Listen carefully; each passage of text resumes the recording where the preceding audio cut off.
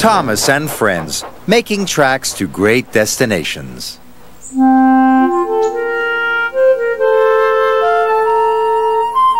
Dear Christopher, here is your friend Thomas the Tank Engine.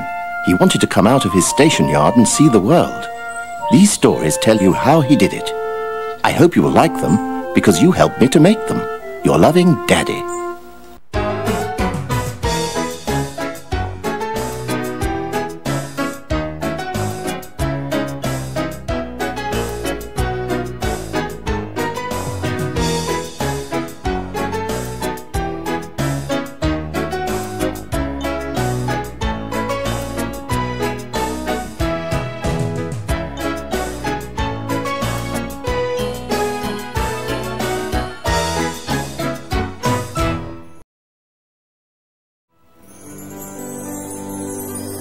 The island of Sodor is surrounded by beautiful blue sea.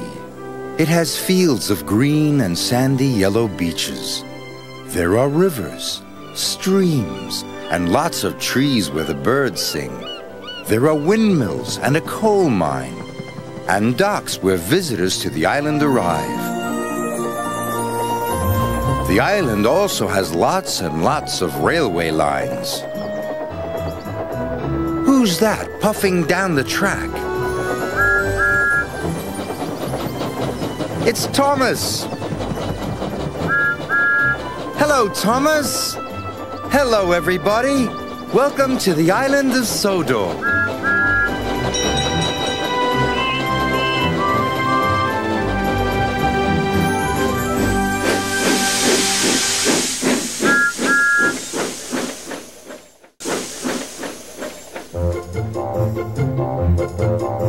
Today on the island of Sodor, we find out what happens when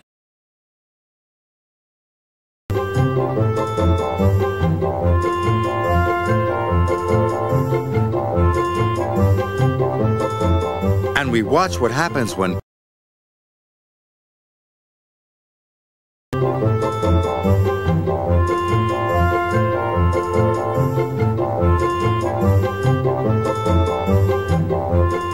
but first,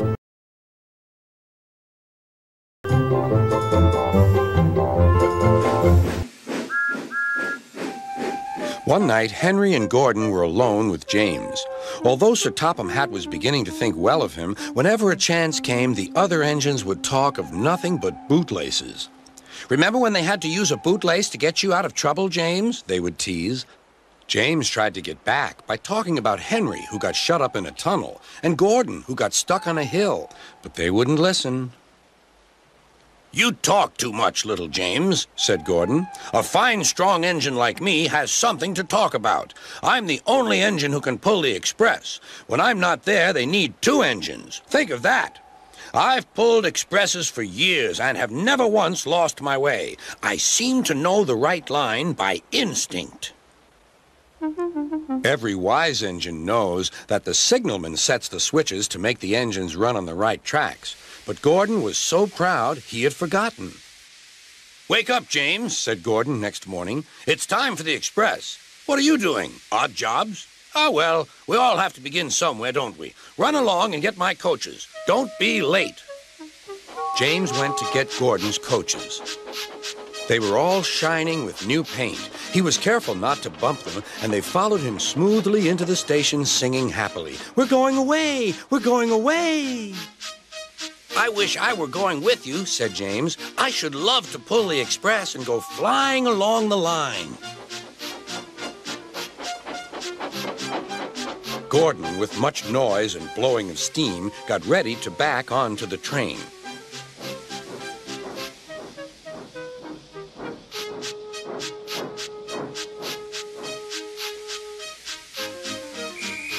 Sir Topham Hatt was on the train with other important people, and as soon as they heard the conductor's whistle, Gordon started. "Look at me now," he puffed, and the coaches glided after him. "Boop, boop, boop, boop, boop. Goodbye, little James. See you tomorrow." James watched the train disappear and then went back to work. He pushed some freight cars into their proper sidings and went to fetch the coaches for another train. James had just brought the coaches to the platform when he heard a mournful noise. There was Gordon trying to sneak into the station without being noticed. "Hello, Gordon. Is it tomorrow?" Gordon didn't answer. He just let off steam feebly. "Did you lose your way, Gordon?" "No, it was lost for me. I was switched off the main line onto the loop. I had to go all round and back again." "Perhaps it was instinct," said James. All the passengers were shouting at the ticket window, "We want our money back." Sir Topham Hatt climbed onto a cart and blew the conductor's whistle so loudly that they all stopped to look at him. Then he promised them a new train at once. "Gordon can't do it. Will you pull it for us, James?" "Yes, sir. I'll try." So James was coupled on and everyone got in. "Do your best, James," said Sir Topham Hatt. Come along, puffed James. "You're pulling us well, you're pulling us well," sang the coaches. "Hurry, hurry, hurry," puffed James.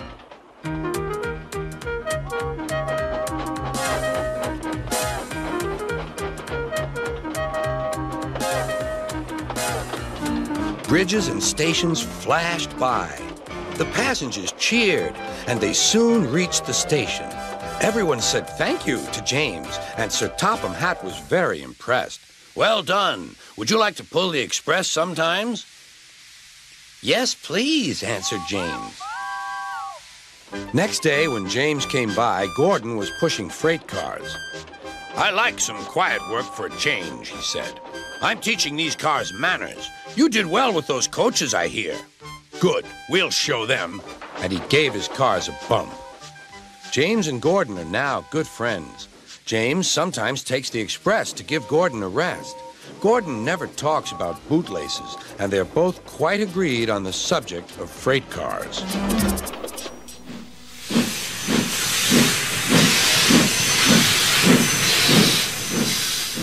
Here is a picture of James puffing through the countryside. Let's color in the picture. Green first. What's green? James? No, James isn't green. What about the grass and the leaves on the trees? Yes, they're green. Blue next. What can we color in blue? James? No, James isn't blue. What about the sky? Yes, the sky is blue. What color shall we paint James? Red. That's right, James is a beautiful bright red. What a lovely picture.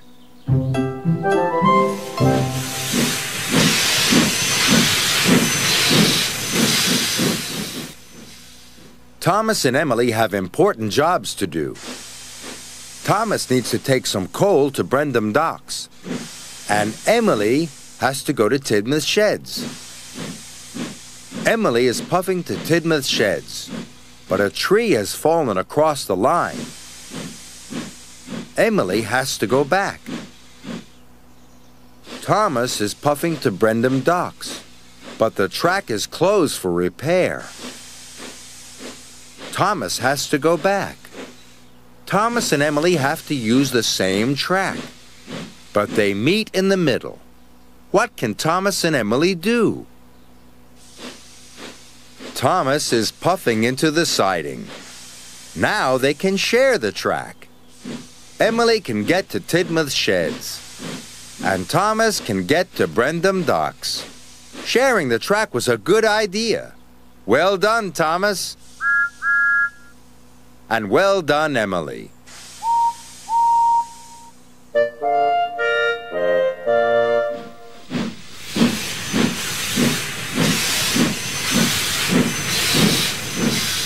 When Thomas puffed along his branch line, he always looked forward to something special. The sight of the river.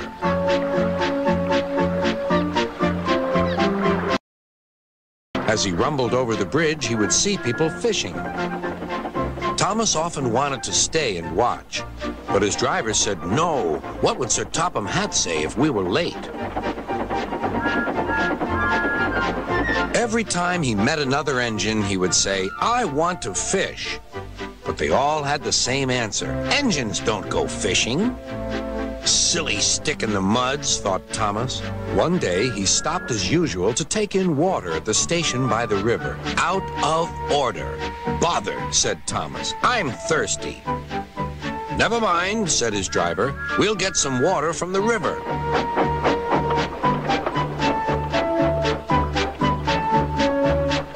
They found a bucket and some rope and went to the bridge.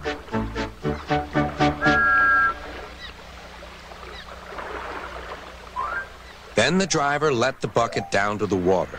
The bucket was old and had 5 holes, so they had to fill it, pull it up, and empty it into Thomas's tank as quickly as they could, several times over.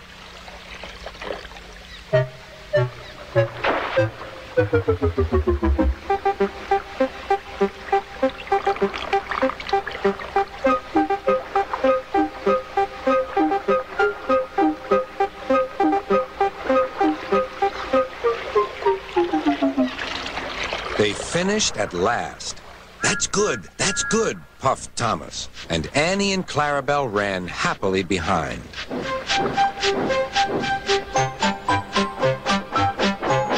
Suddenly, Thomas began to feel a pain in his boiler. Steam began to hiss from his safety valve in an alarming way.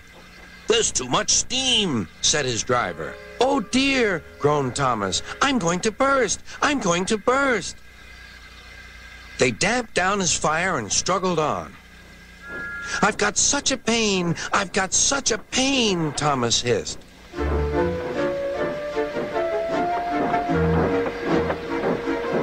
They stopped just outside the last station, uncoupled Annie and Clarabelle, and ran Thomas, who was still hissing fit to burst, on a siding right out of the way.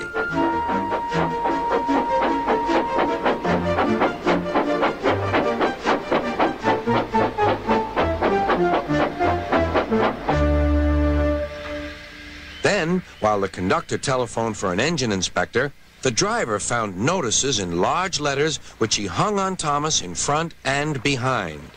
"Danger! Keep away!" Soon the inspector and Sir Topham Hatt arrived. "Cheer up, Thomas," they said. "We'll soon put you right." The driver told them what had happened. "So the feed pipe is blocked," said the inspector. "I'll just look in the tanks." He climbed up and peered in. Then he came down. "Excuse me, sir. Please look in the tank and tell me what you see." "Certainly, Inspector," replied Sir Topham Hatt. He clambered up, looked in, and nearly fell off in surprise. "Inspector," he whispered, "can you see fish?" "Gracious goodness me! How did the fish get there, driver?" "We must have fished them from the river with our bucket," replied Thomas's driver. "Well, Thomas, so you and your driver have been fishing, but fish don't suit you. We must get them out."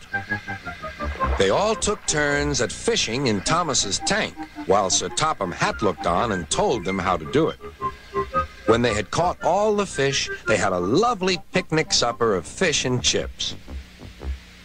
That was good," said Sir Topham Hatt. "But fish don't suit you, Thomas, so you mustn't do it again."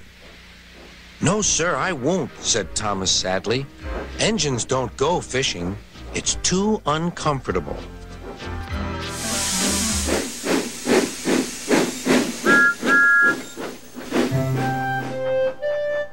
Thomas is puffing to the painters. It is time for him to have a fresh coat of paint. Thomas wonders if he could be a different color. What color could Thomas be painted instead of blue? What if he were red like James? Then he would be the color of a Sodor postbox, or the same color as Bertie the bus. What if he were green? like Henry. Then he would be the color of grass, or the leaves on the trees. Thomas thinks red and green are lovely colors. He doesn't want to be blue anymore. Then he puffs past Trevor. Trevor is covered with lots of bright blue ribbons. He has been decorated for the fair. Blue is quite a nice color, says Thomas, for ribbons. Then Thomas arrives at the station. Can you see anything here that is blue? There's a beautiful bunch of blue balloons. Blue can be nice for balloons too, puffs Thomas.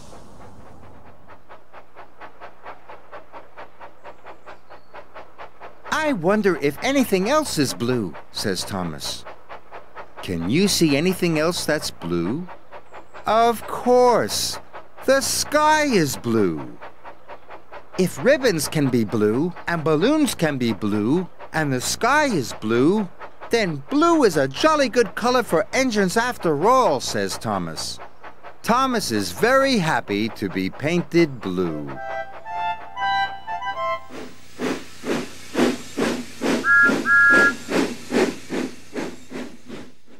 Thomas, Toby, and James need to collect their loads, but they don't know which load they will be pulling.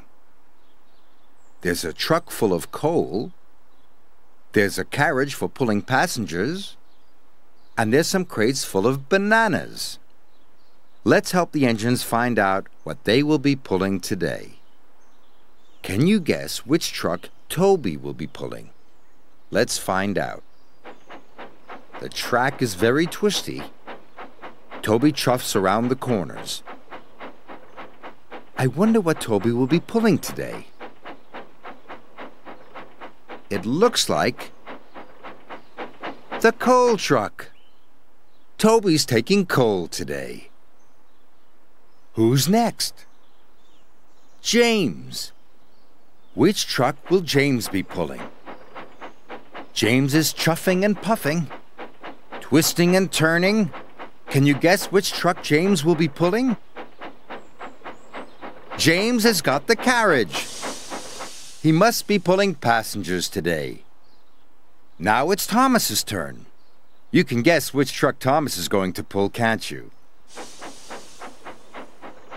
Here he goes. Nearly there? Yes, that's right. Thomas is taking the bananas. All the engines have found their trucks. Well done, Toby. Well done, James. And well done, Thomas.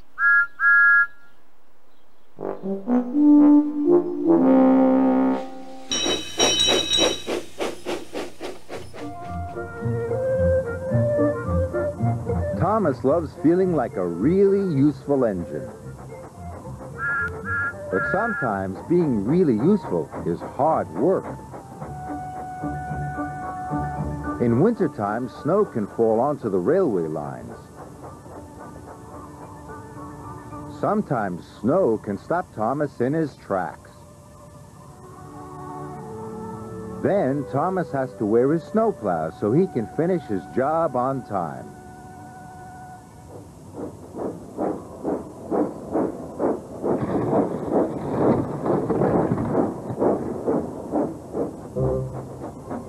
Sometimes the weather is foggy and it is hard for Thomas to see. So Thomas's driver lights his lamp, and Thomas puffs slowly and carefully.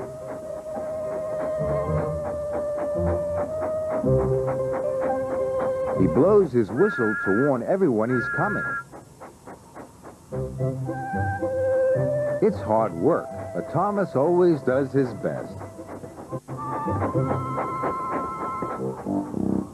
Thomas has other hard jobs to do. Often he has to pull freight cars full of slate and coal.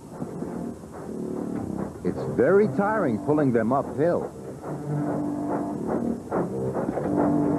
And when Thomas goes down the other side, the heavy freight cars make it hard to slow down. So Thomas has to put his brakes on all the way down. But even when the work is hard, Thomas always tries his best and gets the job done. Thomas is a really useful engine.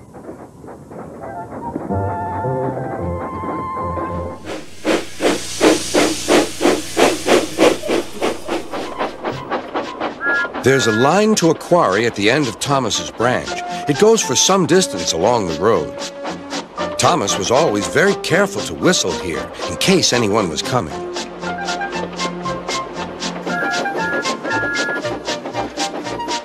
Early one morning, a large policeman was sitting close to the line.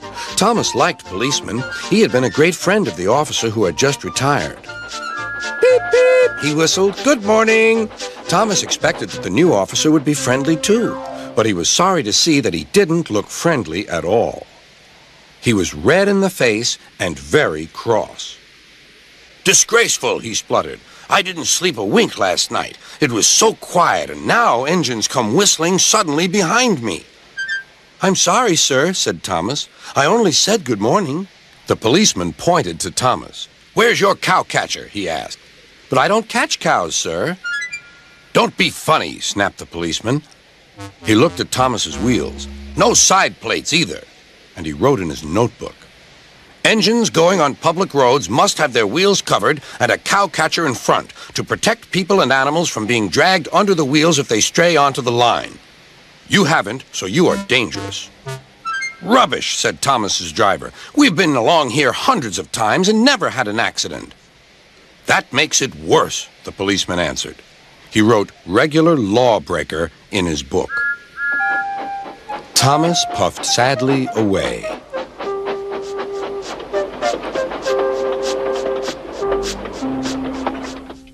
Sir Topham Hatt was having breakfast. He was eating toast and marmalade.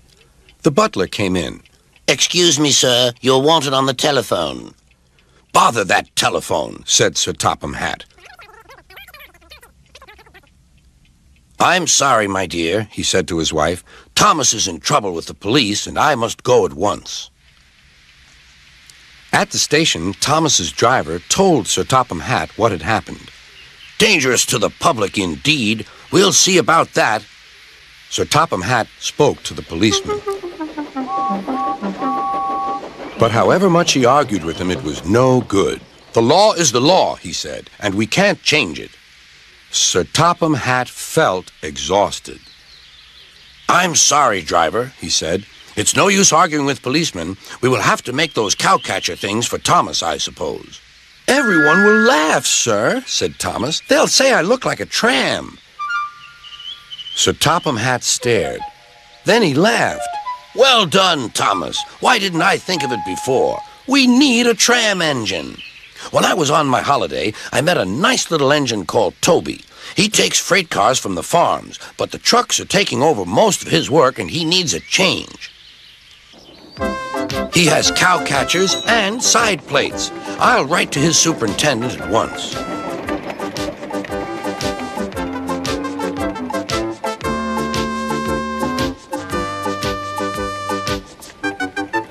A few days later, Toby arrived. That's a good engine, said Sir Topham Hatt. I see you've brought your coach, Henrietta. You don't mind, do you, sir? asked Toby. The station master wanted to use her as a hen house, and that would never do. No, indeed, said Sir Topham Hatt. We couldn't allow that.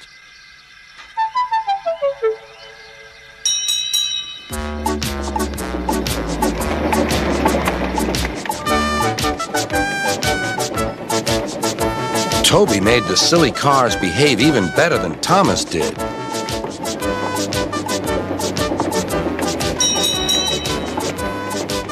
Hey, you!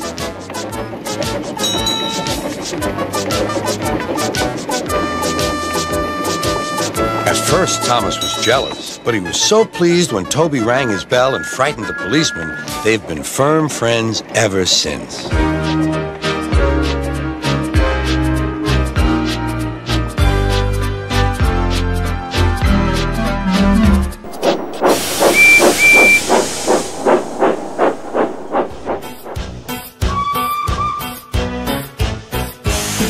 The 2, the 4, the 6, the 8.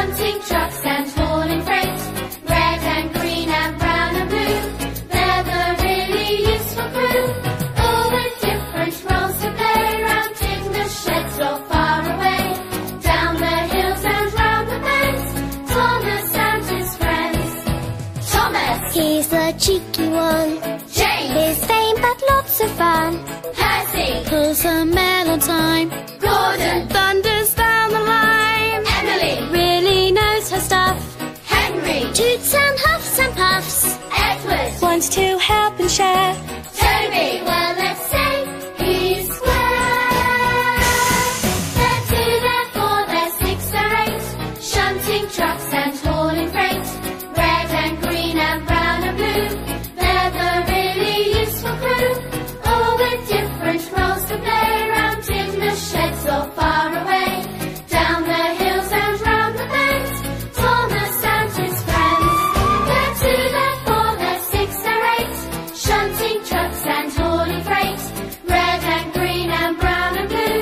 They're the really useful crew. All with different roles to play. Round in the sheds or far away. Down the hills and round the bends. Thomas and his friends.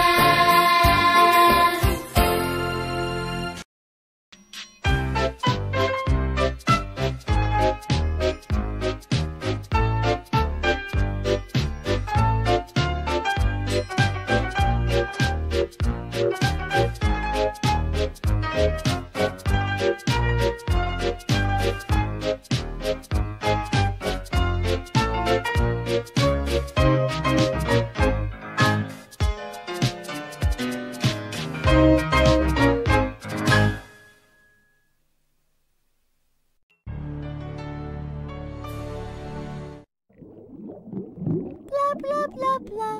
PBS